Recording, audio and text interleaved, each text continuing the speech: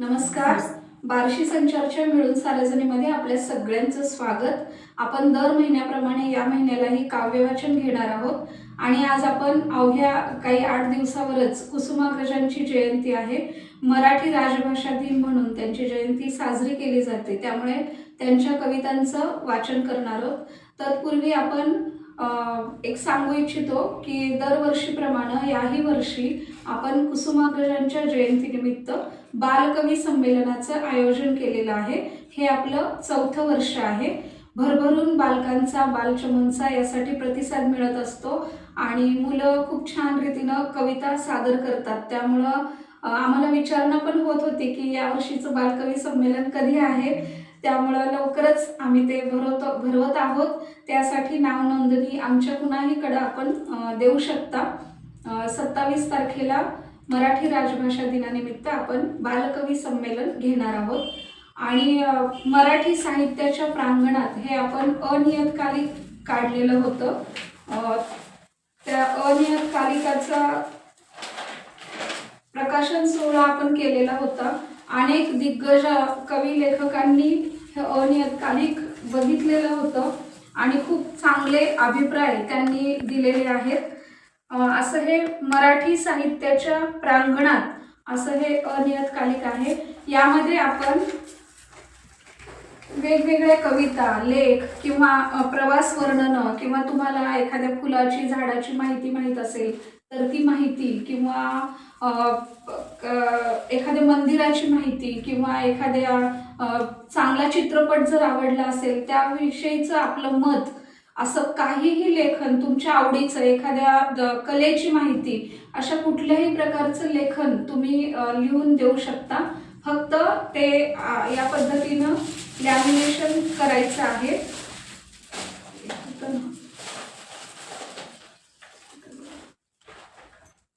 या पद्धतीनं लॅमिनेशन करून ते आपल्याकडे द्यायचं आहे, कारण ते खूप चिरकाल टिकलं जातं कागद. त्यामुळं आपल्याला हे आपण चित्र जरी काढता येत असतील तरी ते आपण द्यायचे आहेत. असं अनियतकालिकचं संग्रह आपण करत आहोत. हस्तलिखित असावं अशा पद्धतीचं मराठी साहित्याच्या प्रांगणात हे अनियतकालिक आपण संग्रहित करत आहोत. त्यासाठी आपण लेखन पाठवण्याचं आवाहन आम्ही सगळ्याजणी मिळून आपल्याला करत आहोत. तर आज आपण कविता वाचन करत आहोत. रसिको, आपल्याला काव्य वाचन हा प्रकार खूप आवडतो हे असं आम्हाला कळतं, कारण लेखक कवी यासाठी असतात की त्यांची प्रेरणा आपल्याला त्यांच्या भावभावनांच्या, त्यांनी अनुभवलेल्या गोष्टीमधून, त्यांच्या दृष्टिकोनातून मिळते, जे की आपल्याला आपल्या साहित्यानंदाचा आस्वाद देतं आणि साहित्य माणसाला जगवत असतं. चला तर मग आज आपण आपल्या या काव्यवाचनाला सुरुवात करूया. सुरुवातीला कविता सादर करतील माधवीताई. नमस्कार. माझ्या कवितेचं नाव आवडतो मज अफाट सागर. आवडतो मज अफाट सागर, अथांग पाणी निळे. आवडतो मज अफाट सागर, अथांग पाणी निळे. निळ्या जांभया जळात केशर, सायंकाळी मिळे. निळ्या जांभया जळात केशर, सायंकाळी मिळे. फेस फुलांचे सफेद शिंपित वाटेवरती सडे. फेस फुलांचे सफेद शिंपित वाटेवरती सडे. हजार लाटा नाचत येती गात किनाऱ्याकडे. हजार लाटा नाचत येती गात किनाऱ्याकडे. मऊ मऊ रेतीत रे कधी मी खेळ खेळतो किती. मऊ मऊ रेतीत रे कधी मी खेळ खेळतो किती. दंगल दऱ्यावर करणाऱ्या वाऱ्यांच्या संगती. दंगल दऱ्यावर करणाऱ्या वाऱ्यांच्या संगती. तुफान केव्हा भांडत येते सागर ही गरजतो. तुफान केव्हा भांडत येते सागर ही गरजतो. त्यावेळी मी चतुरपणाने दूर जरा राहतो. किती छान. आपण मध्ये मध्ये रसग्रहण पण करतो आहोत यावेळेच्या काव्यवाचनामध्ये. अफाट सागर हा कवीला आवडतो आहे आणि त्याचं एक वेगळं विश्लेषण त्यांनी आपल्या काव्यामधून रेखाटलेलं आहे. असं ऐकताना वाटतं की सागर किनाऱ्यात बसलो आहोत. तुम्ही म्हणताय तसं बसलो आहोत. संत सावळी दिसते जेव्हा क्षितिजावर गलबते. संत सावळी दिसते जेव्हा क्षितिजावर गलबते. देश दूरचे बघावयाला जावेसे वाटते. देश दूरचे बघावयाला जावेसे वाटते. क्षितिजावर मी कधी पाहतो मावळणारा रवी, क्षितिजावर मी कधी पाहतो मावळणारा रवी, ढगाढगाला फुटते तेव्हा सोनेरी पालवी. वा किती सुंदर. ढगाढगाला फुटते तेव्हा सोनेरी पालवी. प्रकाशदाता जातो जेव्हा जळाच्या घरी, प्रकाश जातो जेव्हा जळाखालच्या घरी, नकळत माझे हात जुळवणी येती छातीवरी, नकळत माझे हात जुळवणी येती छातीवरी.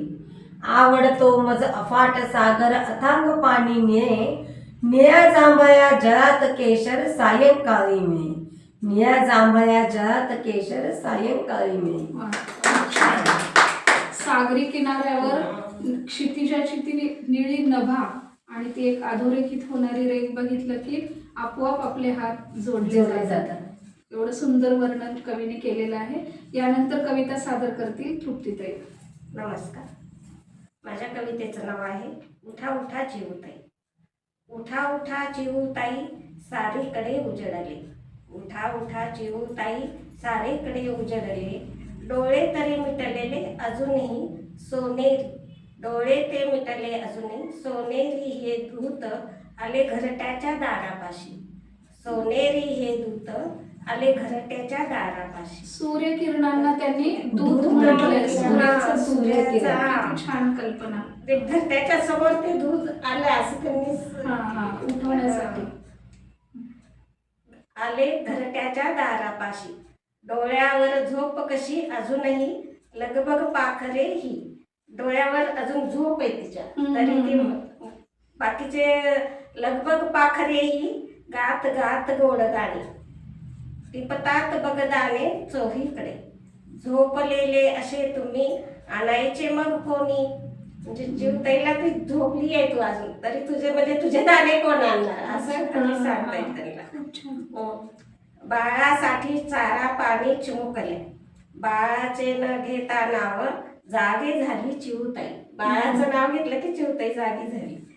बाळाचे नाव घेता बाळाचे घेता नाव जागे झाली चिऊताई, उडून दूर जाई भूर भूर भूर भूर. उठा उठा चिऊताई, उठा उठा चिऊताई सारीकडे उजळले, डोळ्यात तरी मिटले अजूनही अजूनही. वा. छान कविता सादर केली तृप्तीताई. यानंतर प्रीती आपली कविता सादर करेल. कुसुमाग्रज हसवता हसवता रडवतातही, आणि अश्रू हे एक असं प्रत्येकाजवळच्या मनाच्या अलगद कुपीत लपलेली एक कुबदानी आहे, एक असं एक ठेवा आहे जो हृदयाला जेव्हा ठेच लागते मग ती आनंदाची उधळण कधी होऊ शकते किंवा दुःखाची, पण ते डोळ्यातून जेव्हा अश्रू येतात त्याचं वर्णन या कवितेमध्ये खूप भावविवश करणारं असं रेखाटलेलं आहे. ऐकूयात. एकदा एका डोळ्यांमधले अश्रूने दुसऱ्याला विचारले, एकदा एका डोळ्यांमधले अश्रूने दुसऱ्याला विचारले, ए का रे आपण असे, ना रंग ना रूप, नेहमीच मात्र चिडीचू. आनंद झाला तरी डोळ्यातून बाहेर, दुःखाच्या प्रसंगीही दुराव्याचा आहेर. आनंद झाला तरी डोळ्यातून बाहेर, दुःखाच्या प्रसंगीही दुराव्याचा आहेर. कोणीच कसे थांबवत नाही आपल्याला, किनारही साधा नाही या पापण्याला. दुसऱ्यालाही जरा मग प्रश्न पडला, दुसऱ्यालाही जरा मग प्रश्न पडला, खूप विचार करून मग तो बोलला, खूप विचार करून मग तो बोलला. रंगरूप नसला तरीही, चिडीचूप असलो तरीही, आधार ठेवतो भावनांचा, आदर राखतो वचनांचा. सांत्वनाचे बोल आपणच, अंतरीही खोल आपणच. सुखात आपले येणे व्यक्तिपरत्व, दुःखाच्या प्रसंगी आपलेच मात्र महत्व. आपल्याला कोणी नाही थांबवू शकत, बंधनात नाही कोण बांधू शकत. उद्रेक आपल्या मनातील वेदनांचा, नाजूक धागा वचनातील बंधनांचा, भावबंध हृदयातील स्पंदनांचा, स्वरबद्ध झंकार तनातील स्पंदनांचा. म्हणूनच आपले बाहेर पडणे भाग आहे, आपल्यामुळेच आज हे जग उभे आहे. म्हणून अश्रूंची ही वाणी उभी आहे, अशीच आपली ही कहाणी. ऐकून अश्रूंची ही वाणी, अश्रूंच्याच डोळ्यात हळूच आले पाणी. असं ऐकून अश्रूंची ही वाणी, अश्रूंच्याच डोळ्यात हळूच आले पाणी. नदीला किनारा आहे, सागराला किनारा आहे, पण एक ओळ किती छान आहे. अश्रू म्हणतात की आपल्याला किनारा ओलांडून जावं लागतं, म्हणजे बाहेर पडलं तरच आपलं अस्तित्व आहे असं अश्रूंना वाटतं. असं एक वेगळंच भावविश्व या कवितेमधून रेखाटलं गेलेलं आहे. यानंतर पण खूप छान रीतीनं तू कविता सादर केलीस. यानंतर ममताताई आपली कविता सादर करते. नमस्कार. माझ्या कवितेचं नाव आहे मराठी माती.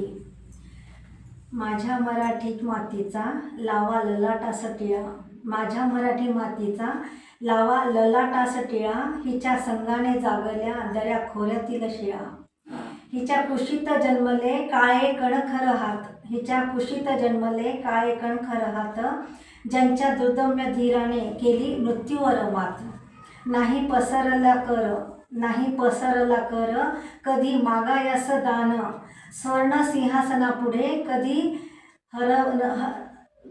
हलवली मान, हिच्या गगनात घुमे, हिच्या गगनात घुमे आद्य स्वातंत्र्याची द्वाही, हिच्या पुत्रांच्या बाहूत आहे समतेची ग्वाही, हिच्या पुत्रांच्या बाहूत आहे समतेची ग्वाही. माझ्या मराठी मातीचा, माझ्या मराठी मातीचा लावा ललाटीस टिळा, हिच्या संगाने जागतील माया देशातील शिळा, हिच्या संगाने जागतील माया देशातील शिळा. खूप छान कविता. खरंच मराठीचा अभिमान, स्वाभिमान, आपली भाषा, त्याचं मार्दव हे सगळं आपल्यामध्ये मराठी माणसामध्ये रुजलेलं आहे. म्हणूनच कुसुमाग्रजांच्या जयंतीनिमित्त मराठी राजभाषा दिन साजरा केला जातो. आता मी कविता सादर करते. कवितेचं शीर्षक आहे वाट वाकडी धरू नका. यामध्ये असं म्हणतात की जेव्हा आपल्या स्वातंत्र्य मिळून स्वातंत्र्य देवतेला 50 वर्ष पूर्ण झाली, तेव्हा तिने असं आपल्या सगळ्यांना सांगितलेलं आहे. असा एक भाव मनात धरून कुसुमाग्रजांनी या कवितेचं रेखाटन केलेलं आहे. त्यावेळेला असं म्हटलं जातं, परंतु ते परत असं जुळणारी कविता आहे. आज 25 वर्ष या कवितेला झाली आहेत, तरीही 25-30 वर्ष होत आली आहे, तरीही आजच्या काळाला पण तेवढीच मार्मिक ठरणारी अशी ही कविता आहे. कवितेचं शीर्षकच आहे वाट वाकडी धरू नका. 50शीची उमर गाठली अभिवादन मज करू नका, मीच विनविते हात जोडूनी वाट वाकडी धरू नका. सूर्यकुलाचा दिव्य वारसा प्रियपुत्रांनो तुम्हा मिळे, काळोखाचे करून पूजन घुबडांचे व्रत धरू नका. अज्ञानाच्या गळ्यात माळा अभिमानाच्या घालू नका, अंधप्रथांच्या कुजट कोठरी दिवा भीतासम तडू नका. जुनाट पाने गळून पालवी नवी फुटू दे ध्यानी धरा, 21वे शतक समोरी 16व्या स्तव रडू नका. वेतन खाऊन काम टाळणे हा देशाचा द्रोह असे, करतील दुसरे बघतील तिसरे असे सांगूनी सुटू नका. जनसेवेस्तव असे कचेरी ती डाकूंची नसे गुहा, मेजा खालून मेजा वरतून द्रव्य कुणाचे लुटू नका. बोथट पुतळे पथापथावर ही थोरांची विटंबना, कणभर त्यांचा मार्ग अनुसरा वांझ गोडवे गाऊ नका. सत्ता तारक सुधा असे पण सुरा ही मादक सहज बने, करोनी मंदिरी मी मदिरालय अशी प्रतिज्ञा करू नका. प्रकाश पेरा आपुल्या भवती दिवा दिव्याने पेटत असे, इथे भ्रष्टता तिथे नष्टता शंखच पोकळ फुंकू नका. पाप कृपणता पुण्य सदयता संत वाक्य हे सदा स्मरा, भलेपणाचे कार्य उगवता कुठे तयावर भुंकू नका.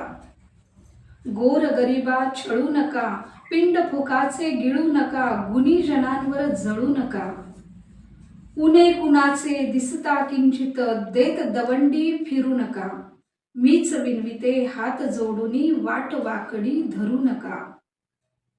परभाषेतही व्हा पारंगत ज्ञान साधना करा तरी, माय मराठी मरते इकडे परकीचे पद चेपू नका. भाषा मरता देशही मरतो संस्कृतीचाही दिवा विझे, गुलाम भाषिक होऊन आपल्या प्रगतीचे शिर कापू नका. कलम करिये तरी सालभर सन शिमग्याचा ताणू नका, सरस्वतीच्या देवळातले स्तंभ घणाने तोडू नका. पुत्र पशु सम विकती ते नर, नरन नराधम गणातया, परवित्ताचे असे लुटारू नाते त्याशी जोडू नका. स्वच्छ साधना करा धनाची, बैरागी पण नसे बरे, सदन आपुले करा सुशोभित, दुसऱ्याचे पण जाळू नका. तरुणाईचे बळ देशाचे, जपा वाढवा तरुपरी, करमणुकीच्या गटार गंगा त्यात तयाला क्षाळू नका. सुजन असा पण कुजन मातता, हत्यार हातामध्ये धरा, सौजन्याच्या बुरख्याखाली शेपूट घालून पळू नका. करा कायदे परंतु हटवा, जहर जातीचे मनातुनी, एकपणाच्या मारून बाता ऐन घडीला ढळू नका. खूप मनोवृत्ती खूप अशा ह्यामधून रेखाटलेल्या आहेत, कारण खूप बाता मारल्या जातात किंवा खूप कृती घडल्या जातात. असं आज घडीला पण हे चित्रण अगदी तंतोतंत जुळतंय. असं यामध्ये द्वेष आहे, मत्सर आहे, प्रेम आहे, समाधान आहे, शांती आहे, सगळ्याच भावभावनांचा इथं उल्लेख केलेला आहे. शेवटाकडे आपण जातो आहोत. समान मानव माना स्त्रीला, तिची अस्मिता खुडू नका, दासी म्हणून पिटू नका वा देवी म्हणून भजू नका. नास्तिक आस्तिक असा कुणीही, माणुसकीतच देव पहा, उच्च नीच हा भेद घृणास्पद, उकिरड्यात त्या कुजू नका. माणूस म्हणजे पशु नसे, हे ज्याच्या हृदयात ठसे, नर नारायण तोच असे. आणि शेवटी लाख लाख जन माझ्यासाठी, जळले मेले विसरू नका, मीच विनविते हात जोडूनी, वाट वाकडी धरू नका, वाट वाकडी धरू नका. नतमस्तक व्हावं असं कुसुमाग्रजांचं हे लेखन आणि अगदी अंतर्मुख करणारं. कसं वाटलं नक्की कळवा रसिक हो. मिळून सारेजणीचा हा प्रयत्न, ही काव्य मैफिल आम्ही भरवतो तेव्हा आम्हालाही कधी कधी अंतर्मुख व्हायला होतं, भावनाविवश व्हायला होतं. कारण आपल्या दिग्गज साहित्यिकांनी एवढं मोठं साहित्य भंडार आपल्यासाठी ठेवलेलं आहे, ते आपण वेचणारे फक्त पाखरू म्हणू शकतो. कारण कितीही आपण वेचलं तरी ही अफाट भंडाराची ज्ञानगंगा समृद्धच राहणार आहे. परंतु हे मोती वेचूयात आणि त्याची माला गुंफण्याचा प्रयत्न करूयात, अशी मैफिल सजवूयात, काव्यवाचनाचा आनंद घेऊयात, साहित्यानंदाचा परमोच्च आनंदही आपण घेऊयात. आणि तो हा प्रयत्न आमचा मिळून साऱ्याजणीचा आपल्याला कसा वाटतो नक्कीच कळवा. पुन्हा भेटूयात आपल्या बालकवी संमेलनामध्ये आणि नक्कीच साहित्याच्या प्रांगणात या अनियतकालिकामध्ये आज आणि आत्तापासूनच लिहायला सुरुवात करा. कुठलाही विषय जो तुम्हाला आवडेल, एखादी छानशी रेसिपी तुम्ही लिहून देऊ शकता, पारंपरिक रेसिपी, पौष्टिक खाद्यपदार्थ, एखादा विनोद, एखादा चुटकुला, एखादी बोधकथा, एखाद्या कुठल्या तरी मंदिराची माहिती, असं कुठलंही लेखन आपल्या या हस्तलिखितामधून आपण द्यायचं आहे लॅमिनेशन करून. नक्कीच आपण हा पहिला आपला अनियतकालिक समृद्ध असा झालेलाच आहे. यापुढचाही असंच करूयात. आम्ही आपल्या लेखनाच्या प्रतीक्षेत आहोत. भेटूयात लवकरच. तोपर्यंत धन्यवाद.